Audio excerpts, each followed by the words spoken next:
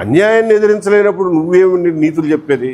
ఆ ధైర్యం, ఆ పట్టుదల, ఆ చొరవ లేకపోతే ఏంటి ధైర్యం చెప్పేది? కాబట్టి ఈ 3-4 విషయాలు ముందు ర్యాపప్ చేసేస్తున్నాను, సో దట్ దీని గురించి మళ్ళీ ఆలోచన అక్కర్లా.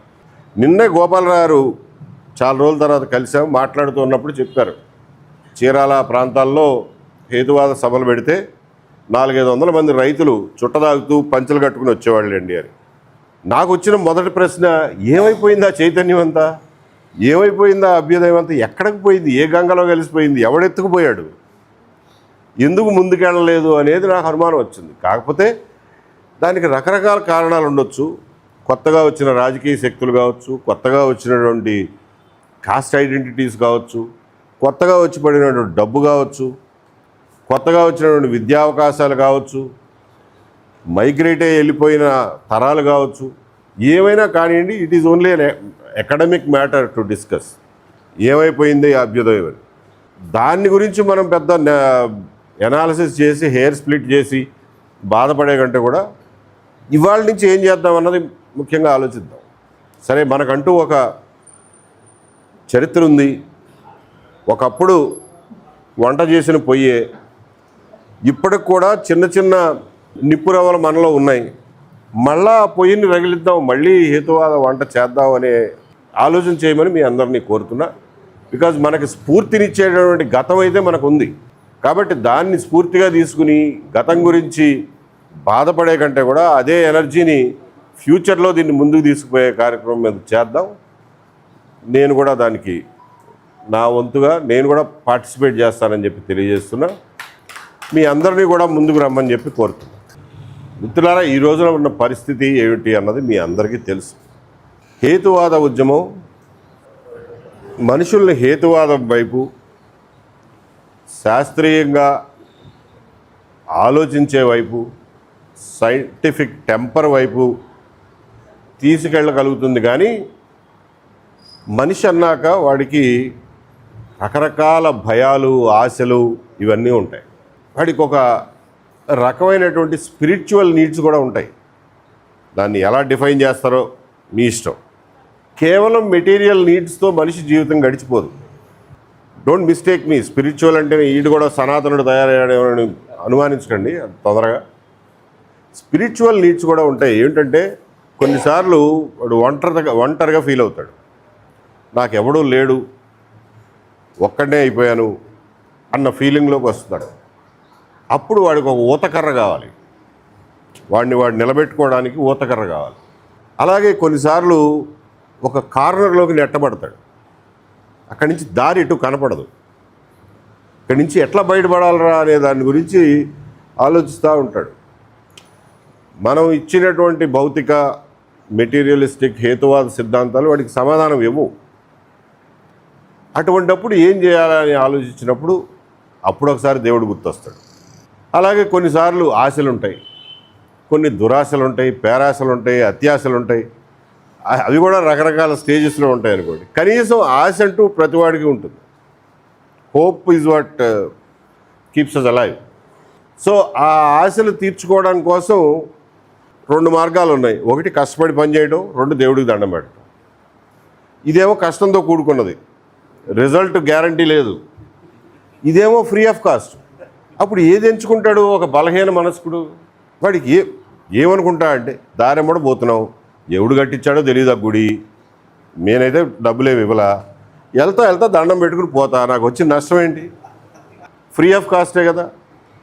సరే, ఈ ఫ్రీ ఆఫ్ కాస్ట్ మెల్లగా కొంచెం వాడికి ఈ పిచ్చి ముదిరిన కొద్దీ ముందు సాంబ్రాణి గడ్డి వెలిగిస్తాడు, తర్వాత కొబ్బరికాయ కొడతాడు, తర్వాత ఆ దేవుడి గుడిలో హుండీలో వేస్తాడు, ఆ తర్వాత ఇంకో గుడి కట్టిస్తానంటాడు, తర్వాత దానికి ఒక యజ్ఞం చేస్తానంటాడు. మొత్తం డబ్బు అంతా ఆర్పుకునేదాకా కూడా ఆ పిచ్చిలోకి వెళ్ళిపోతాడు. అది వేరే విషయం. ఇవన్నీ లక్ష ఒత్తులు, కోటి దీపార్చనలు, అక్కడి దాకా వెళ్ళిపోతారు. మళ్ళీ కోటి దీపార్చనకి ఇంకో పెద్ద ఆయన్ని పిలవాలి. సో నేననేది ఏంటంటే, ప్రజలకు హేతువాదం గురించి చెప్పేదాంతో పాటుగా వాళ్ళు ఏ కారణాల వల్ల, ఏ పరిస్థితుల్లో ఈ అహేతుకమైనటువంటి ఈ భక్తి మార్గంలోకి పోతున్నారో అనేది వాళ్ళకు కూడా వివరించి చెప్పి, ఆ రకంగా వాళ్ళని ఇప్పుడు ఎంత భక్తిపరులైనప్పటికీ కూడా వాళ్ళ మనసుల్ని విడమర్చి చెప్పడం ద్వారా మార్చే అవకాశం ఉంది. So every man is amenable to rationality అనేది నేను చెప్పేది. ఇవాళ ఎంత భక్తిపరుడైనా ఈవెన్ కాషాయాంబరధారులైనప్పటికీ కూడా వాళ్ళని they are amenable to reason, amenable to rationality అనేది నేను గట్టిగా నమ్ముతాను. మనిషిలో ఉన్న గొప్పతనమే అది. తన ఆలోచనల్ని అభిప్రాయాలని మార్చుకోగలగడమే మనిషిలో ఉన్న గొప్పతనం. జంతువులకు ఎలాగో పెద్ద అభిప్రాయాలు ఉండవు, అవి మార్చే అవకాశం ఉండదు. కాబట్టి I see lot of hope in మనం కనుక ఎఫర్ట్ చేస్తే దానికి ఫలితం వస్తుంది అన్న నమ్మకం నాకైతే ఉంది. మనుషుల మీద నమ్మకం ఉంది. ముఖ్యంగా మన ప్రజలకి మనం ఎప్పుడు ఆయన తప్పకుండా చెప్పే ఉంటాడు ఆయన రాసిన వాటిల్లో, ఈ రోజుల్లో ప్రజలకి హేతువాదులు కానివ్వండి, ఇంకొకరు కానివ్వండి, చెప్పని విషయాలు ఏమిటాయంటే ఈవెన్ నాస్తికత్వం కూడా మన సనాతనమైనటువంటి భావమేరా బాబు అన్న విషయం ఎవరూ చెప్పట్లా. చార్వాకుడు అంటే ఎవరు? చార్వాకుడు ఏమీ ముని కాదు, ఋషి కాదు, యజ్ఞాలు చేసినవాడు కాదు, పూర్వీకుడు. సనాతనం అంటే ఏమిటి? అతి పురాతనమైందినా లేకపోతే అతి పురాతనమైన ఒక రకమైన భావజాలమా? అతి పురాతనమైంది అని అంటే చార్వాకుడు కూడా అతి పురాతనమైన వాటిల్లో భాగమే. సో వాడు కూడా సనాతనుడే. లేదు, అతి పురాతనంలో ఒక రకమైన భావజాలాన్ని నేను సనాతనం అంటాను, మిగిలిన వాటిని అసనాతనం అంటాను అని అంటే నువ్వు అనుకునేది నువ్వు అనుకో, నేను అనుకునేది నేను అనుకుంటా. నీకెంత హక్కు ఉందో నాకు అంత హక్కు ఉందిగా, నా పూర్వీకుల్ని అనుసరించడానికి నాకు అంత హక్కు ఉందిగా. సో ఇంతకీ చార్వాకుడు ఏమిటి చెప్పాడు? మీరేం చెప్తున్నారు? ఏంట తేడా? చార్వాకుడు అనేవాడు బహుశా ఈ ప్రపంచంలోనే మొట్టమొదటి నాస్తికవాది ఏమో అని అని అని అన్న ఉద్దేశం. మొట్టమొదటి ప్రపంచంలో మొట్టమొదటి రేషనలిస్ట్. ఆ తర్వాత Aristotle was another great rationalist. But Aristotle వచ్చేసరికి మూడో శతాబ్దం, క్రీస్తుపూర్వం 3వ శతాబ్దం. ఇతను అవన్నీ 3వ శతాబ్దం బుద్ధుడి తర్వాత. క్రీస్తుపూర్వం 500-600 సంవత్సరాల ప్రాంతంలో చార్వాకుడు అనేవాడు మెటీరియలిజం గురించి మాట్లాడాడు. దేవుడు లేదు, దెయ్యము లేదు, మోక్షం లేదు, పునర్జన్మ లేదు, ఈ యజ్ఞయాగాదుల వల్ల ఫలితం లేదు, వాటి అవసరం లేదు అని చెప్పిన మొట్టమొదటి తాత్వికుడు అని నా ఉద్దేశం. అది కూడా మన భారతీయ మూలాలు కలిగిందే ఆ ఆలోచన. దాన్ని ప్రచారం చేయడానికి కూడా మనకేమి ఇబ్బంది? అది ఆథెంటిక్ ఇండియన్ ఫిలసాఫికల్ సిస్టమ్. ఇదేం బయట నుంచి వచ్చింది కాదు. లేకపోతే అసలు బయట లోపల ఏమిటండి, 2000 సంవత్సరాల క్రితం 3000 సంవత్సరాల క్రితం పాస్పోర్ట్లు ఉన్నాయా, లేకపోతే నేషనాలిటీ ఉందా, సిటిజన్షిప్ ఉందా? భావాలు ఫ్రీగా ఒక చోట నుంచి ఒక చోటకి వ్యాప్తి చెందినాయి. ఈజిప్టులో ఉన్న పక్షి బొమ్మ మనకి గరుడు బొమ్మ అవుతుంది. ఈజిప్టులో ఉన్న ఆచారాలు మన దగ్గర ఉంటాయి, మెసొపటోమియాలో ఆచారాలు మన దగ్గర ఉంటాయి, మన దగ్గర ఉన్న కొన్ని ఆచారాలు అక్కడ మిడిల్ ఈస్ట్కి పోతాయి, మిడిల్ ఈస్ట్ నుంచి యూరోప్కి పోతాయి. ఈ భావాల వ్యాప్తి, వీటి ప్రయాణం క్లియర్గా ఈ రోజున మనం మ్యాప్ చేయగలిగిన పరిస్థితిలో ఉన్నాం. అంత సైంటిఫిక్ నాలెడ్జ్ ఉంది మనకి.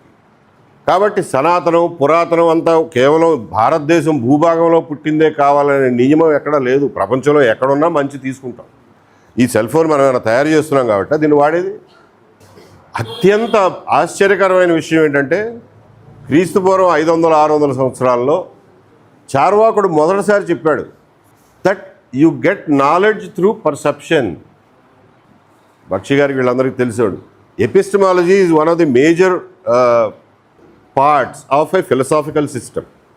మీరు ఏదైనా ఒక తాత్విక సిస్టమ్ని తయారు చేస్తే, ఒక ఫ్రేమ్వర్క్ని తయారు చేస్తే అందులో మెటాఫిజిక్స్ ఒకటి, ఎపిస్టమాలజీ, ఎథిక్స్, ఈస్థెటిక్స్, పాలిటిక్స్, ముఖ్యంగా 5 భాగాలు అనుకోండి బ్రాడ్లీ. ఇందులో ఎపిస్టమాలజీ అనేది అత్యంత ముఖ్యమైన భాగం. ఎపిస్టమాలజీ దేని గురించి మాట్లాడుతుందంటే, మరి మనకి జ్ఞానం ఎక్కడి నుంచి వస్తుందో చెప్పరా అని ఆ ప్రశ్నకి సమాధానం చెప్పడానికి ట్రై చేస్తుంది. మన మునులు, ఋషులు, ఇప్పుడు కాషాయాంబరధారులు అందరూ ఏం చెప్తున్నారు?